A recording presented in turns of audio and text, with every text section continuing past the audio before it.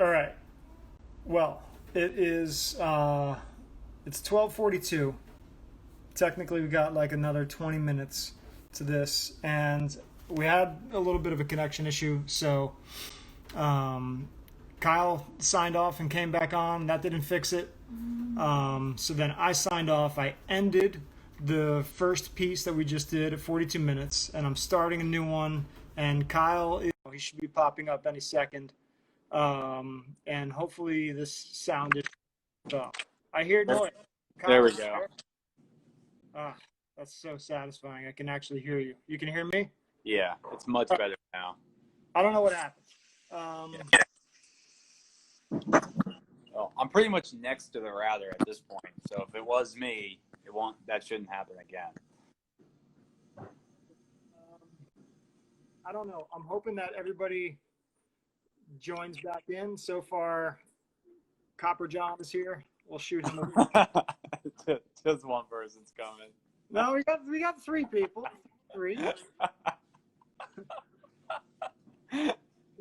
Three's a powerful number. All right, so we're about 42 minutes in before we got interrupted, and so we should have around 20 minutes to go. I'm going to start defaulting to Robert's questions, the ones that I remember. Okay.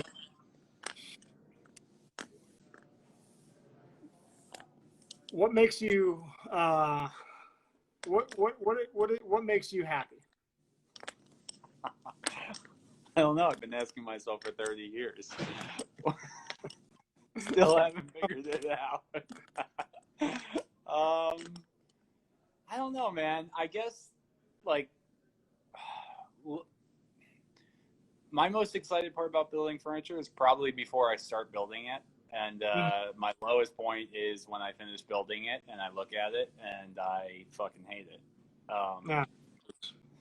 I almost always do hate it by the end of a project, but sometimes I revisit it and I'm like, it's actually, I like it, So things that I hate don't make it very long. But yeah, being in the shop, man, just building something, working. How about outside of the shop? Oh, geez, I don't know. My wife and my dog.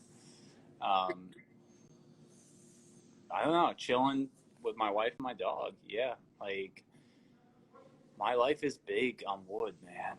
I spend most of it here, most of it thinking about wood. Like last night I was in bed and my wife Katie was like, "Are you mad? What's wrong?" And I was like, "No, I'm just doing math in my head for the cabinet." And like that's what I do before I go to sleep. But yeah, I don't know. Like I've traveled a lot in my life, and like traveling doesn't really do it for me anymore. I like to stay home. Like I like to chill. Coffee, really good coffee, making small make me happy like that. Yeah, I don't know. Friends, family, my wife, my dog, walks in the park. It sounds cheesy. It's like a rom-com. And coffee. Coffee. I happen to know that you're a gigantic coffee nerd, but other people listening might not know that. Let's play a little game. If you have to spend your life with either Guatemalan or Ethiopian, what would it be?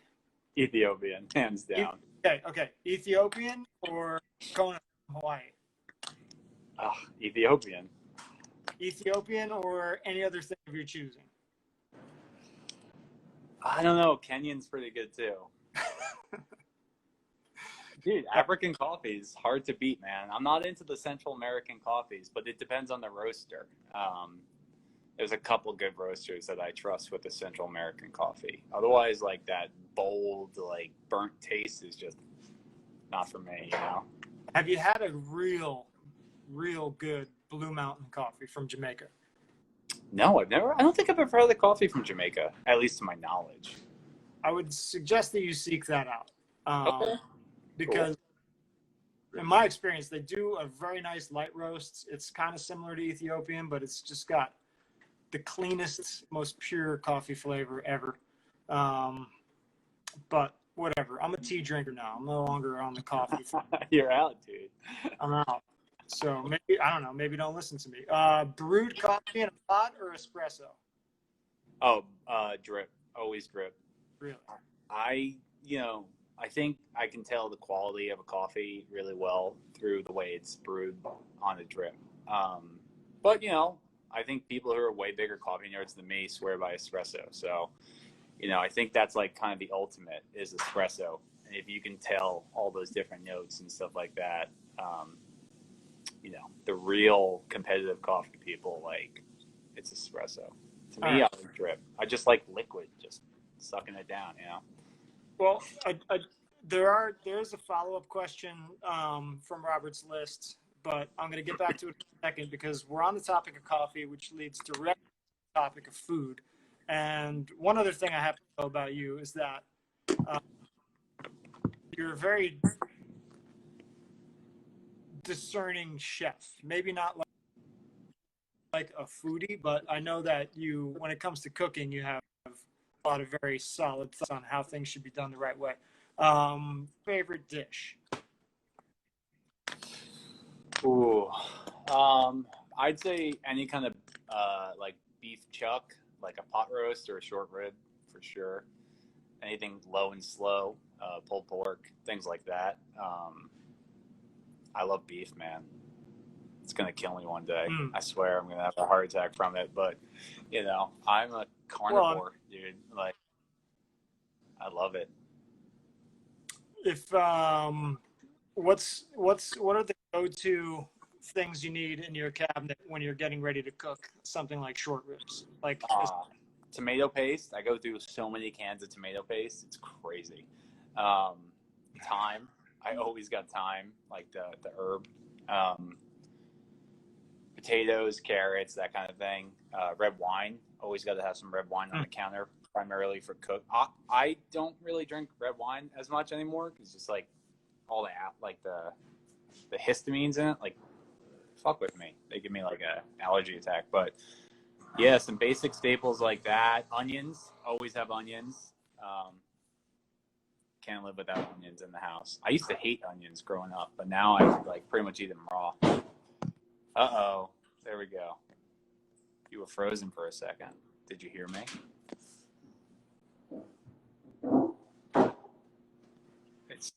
Now you're silent again. Oh, I heard something. But they are a staple. Can you not hear me? Yeah. All right. So back to the follow-up question. What angers you or makes you upset? This can be in woodworking. It can also just be in life. It's about like sort of like what makes Kyle Cook tick. What are some things that get your goat, make you a little off?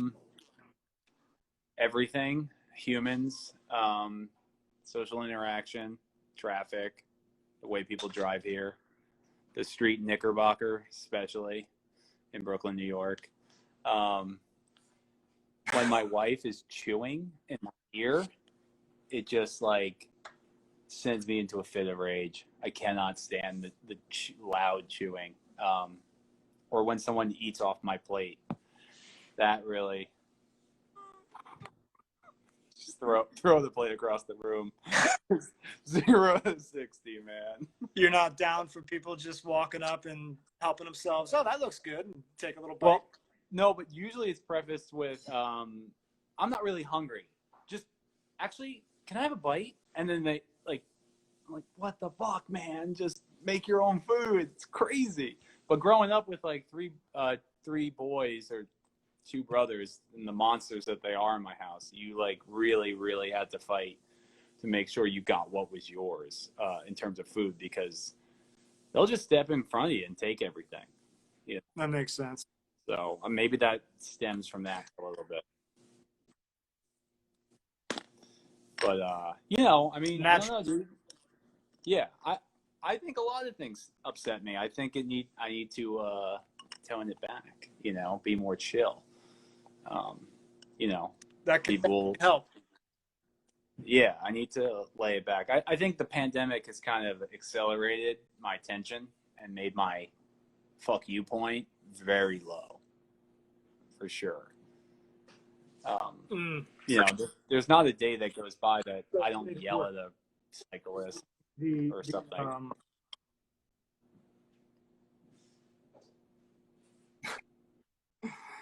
the stress. What is your favorite concert you've ever?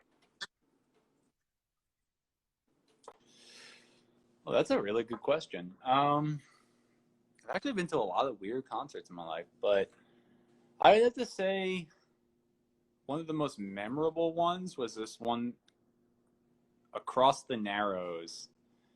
It was like kind of a bigger show at Coney Island. I forget the baseball team that plays at Coney Island. The Cyclones. They had the Pixies, Built to Spill, Interpol, Rilo Kiley, Yeah. some other really cool indie bands. It was all outdoors. It was awesome. Actually, all the good shows I've ever been to in my life are in New York City. So I used to come before I lived here. I've been here for like 15 years now. So I've seen a lot of shows here. Irving Plaza. Holy shit, dude. That's a venue. Oh, yeah. Or like Webster Hall. Recently saw a band, Tiger's Jaws, probably the last show I went to at Webster Hall. Is that the one on like near 14th Street? Yeah, that's it, right? Yeah. It's on 13th. Webster Yeah, Hall on that's it. 13th? Or 12th? Yeah, I think 13th. Yeah. Webster Hall is a great room. The main room is really, really good sounding. I think they're renovating it now, though, dude. Well, I hope they don't change the acoustics or the PA in the main room. Yeah. The small room, like downstairs in the basement, fix that all. Yeah.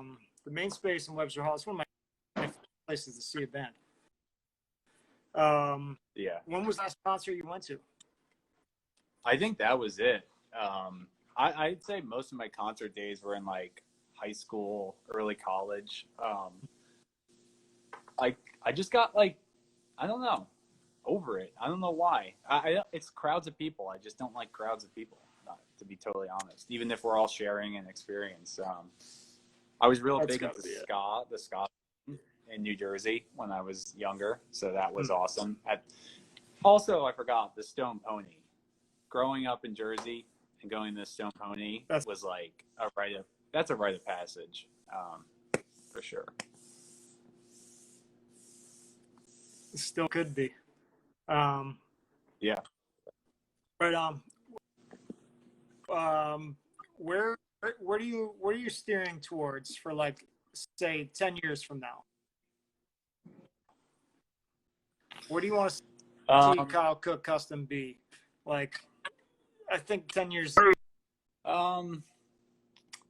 Definitely leaving the city.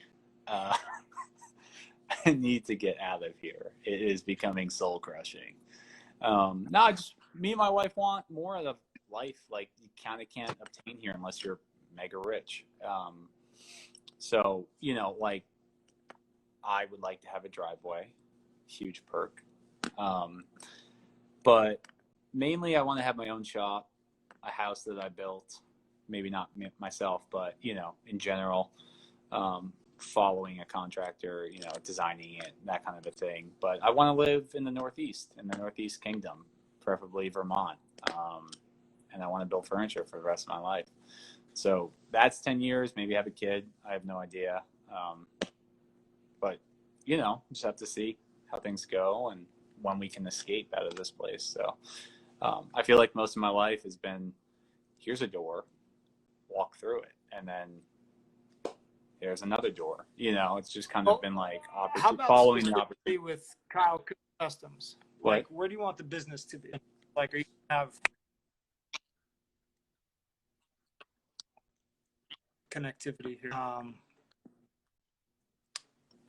We still have people join. No, what I was asking was, like, specifically about the business. Where do you see the business in 10 years? Like, as far as output and the you're doing, and how many employees are you envisioning, and what's the state of the company? I think that ideally I'd like to have maybe no more than 1 or 2 employees, like if it ever even comes to that.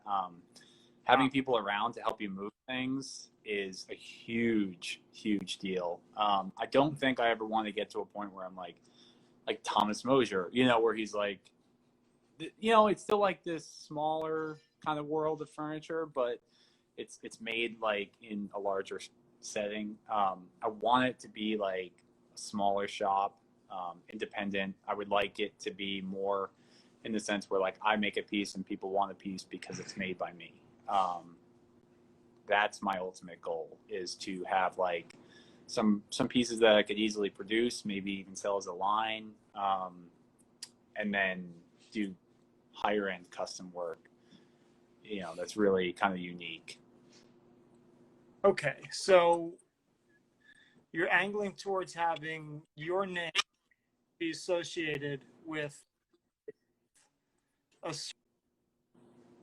certain a certain line of furniture and a certain quality. So people are just going to seek out Kyle Cook pieces. Yeah. To employees, where would you take your employee? Would this be like shop labor? Would this be like administrative stuff? Would it be design? Would it be I think I don't know, even bookkeeping? shop labor is probably my number one thing. Like on the piece that I'm working on now, it's so big that you can't move any of the components by yourself, really, mainly because I've become a weak bitch. But, in general, it's just cumbersome. That and like the fact that tasks need to get done staggered, so like milling for one component needs to be milled, rough milled, weight, stacked and stickered, while another part of the component, another part of the cabinet, is being installed, like the doors or something. But I can mill the wood for the top or a shelf or something, like stack and sticker, move, remill it. Like those are things that someone else could be doing while I'm doing the finer detail work, or crucial work. That is stuff that elongates my timeline significantly, is that I have to do every single little step. And some of that is just waiting. Like right now I'm waiting for glue to dry in a veneer bag. Also, sometimes more space, I think, would be, in general, like having like a permanent veneer bag set up in the corner of a shop would be awesome, because it reduces the time. So I see where like I can, I love having a community shop, because at any moment I can ask someone to help me with something. But I also have to take off my table saw blade and put it back on every 20 minutes or whenever, like that. All that crap adds up to a lack of efficiency throughout your day. It's just the way it is now. But like, yeah, shop labor, number one, and then second would be administrative kind of stuff. It's, I haven't dialed in the quoting to a point where I would feel comfortable saying, here's the regiment to someone, and they can just quote out pieces of furniture without me being involved.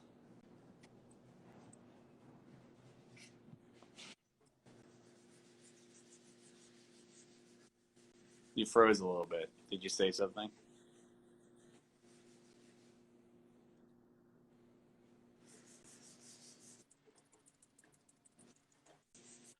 Yeah, the connection's kind of, it's being a little. What about design? Would you be hiring somebody specifically?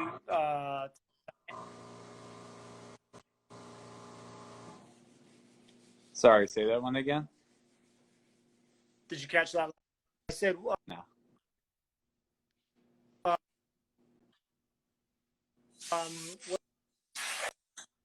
about design? Do you ever see yourself looking to hire somebody to help with design of furniture? I'm assuming that you asked me if I would hire someone to help me with design or Are you not able to hear me? it's in and out, like really in and out.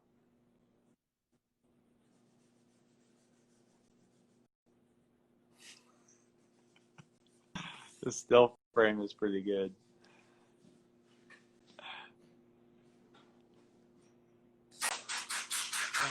You, me?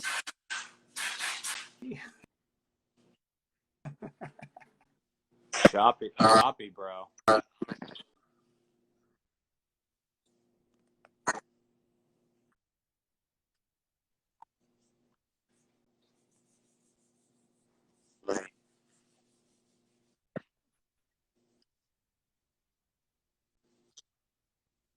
Yeah.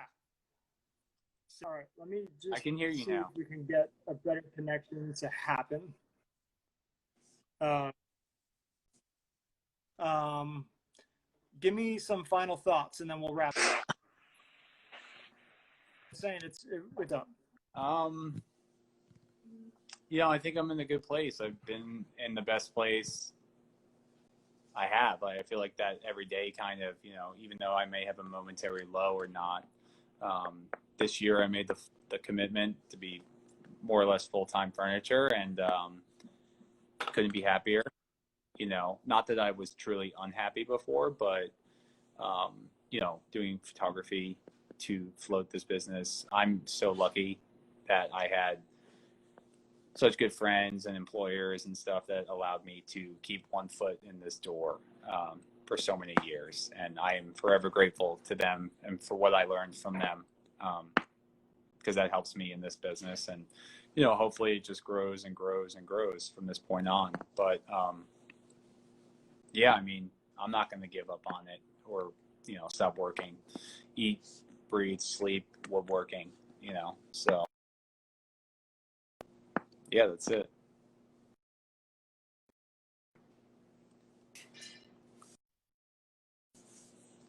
My wife just joined.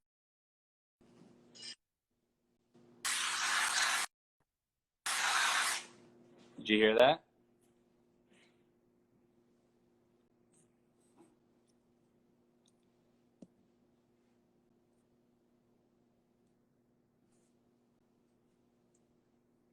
Yeah.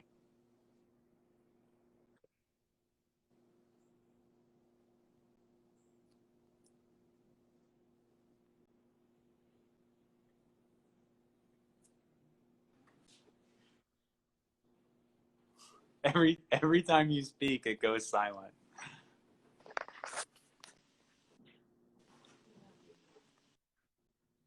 You gotta get on that FiOS, dude.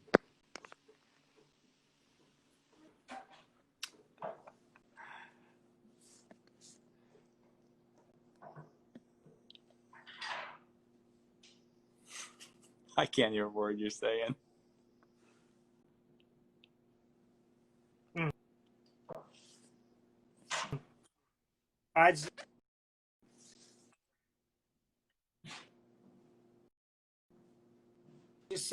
saw small victories this year. What's up, I Candy know. Joe? All right. Um, I hope so. Cool. Well, now that you're, thanks for being part of it. Good.